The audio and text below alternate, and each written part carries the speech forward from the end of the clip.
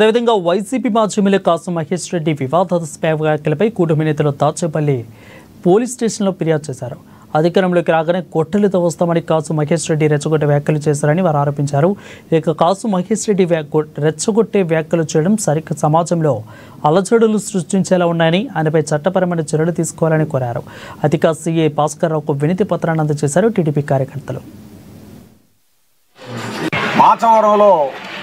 మరి అతను వర్ధంతికి పోయాడో మరి వేరే పని మీద వెళ్ళాడో కానీ అతను దుర్మార్గమైన విమర్శ చేశాడు. ఇప్పుడు కర్రలతో వస్తున్నాం, మేము అధికారంలోనే గొడ్డలతో వస్తామంటున్నాడు. అతను పాపం నిజమే అతను అన్నది గొడ్డలతో వస్తాడు. ఎందుకంటే పోయిన 1924లో 11 మందిని మనుషులు చంపించాడు అతను. మరి అలానే దాదాపు 8 మంది పిల్లలు గుంతల్లో చనిపోతే ఆయన కనీసం పరామర్శ చేయలే.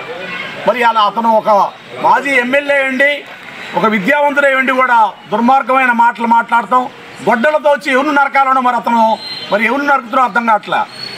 ఇది పూర్తిగా ఖండిస్తూ మరి ఇతను గొడ్డలతో వస్తే ఎవరు గాలి కొండరు, మరి అతనికన్నా ఎక్కువగానే మేము మాట్లాడగలం.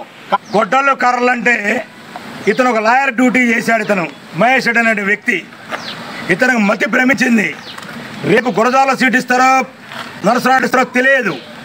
ఈ రకమైన రెచ్చగొట్టే విధంగా మాట్లాడితే, గ్రామాల్లో రెచ్చగొడితే వీరిపై కేసులు పెడితే ఆ కేసుల మీద మరలా హైకోర్టుకు వేసే ఉద్దేశం అవుతుంది అడ్వకేట్ ఆలోచన. కాబట్టి ఈ మహేష్ రెడ్డి అనే వ్యక్తిని వైసీపీ నాయకులు కూడా ఇట్లాంటి మాటలు మాట్లాడితే గ్రామాల్లో కొట్టుకుంటాం మేము, కనీసానికి జ్ఞానం ఉండాలని చెప్పి మీరు కూడా తెలియజేయాలి.